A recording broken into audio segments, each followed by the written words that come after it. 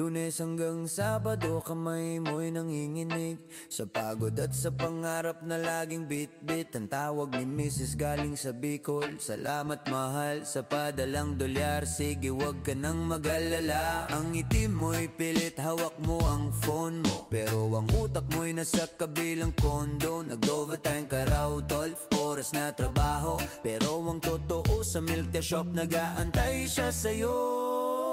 Ang visa mo'y walking visa, pangalis sa hirap, pero yan din ang access mo sa lihim na yakap. Ang remittance ay pambili ng bigas at gamot, pero yan din ang barya sa kasinungalingan mong paulit-ulit. Oo tita, sa pamilya out of touch, nasa sumpaan. Ang iba pa ay lihim na relasyong walang katapusan. Sino ang totoong biktima? Sino ang totoong mahal? Sa Taiwan may kabit, sa Pinas may altar. Ang profile picture mo kasama ang iyong anak, caption para sa inyo ang lahat ng hirap. Pero ang story mo sa close friends at sa Viber ay holding hands sa night market, hindi factory worker. Mag-iisang taon na, mansarin nyo na pala ang birthday ng anak mo, date nyo sa Wenshan Tea Plantation. Lahat ng excuse mo'y galing sa trabaho at pagod, habang yung isa dyan ang nagpupuno ng pagod.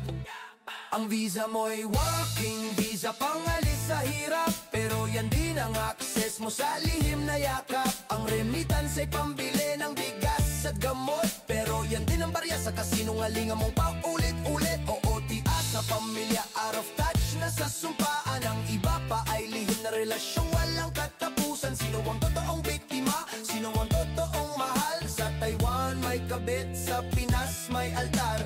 TWD, Taiwan dollar, o USD, US dollar. Ano ba ang mas mahalaga? Ang pera ba o ang pamilya na lumuluwa? Darating ang araw, matatapos ang kontrata. Sino ang sasalubong sa'yo? Sino ang mag-antay sa naaya?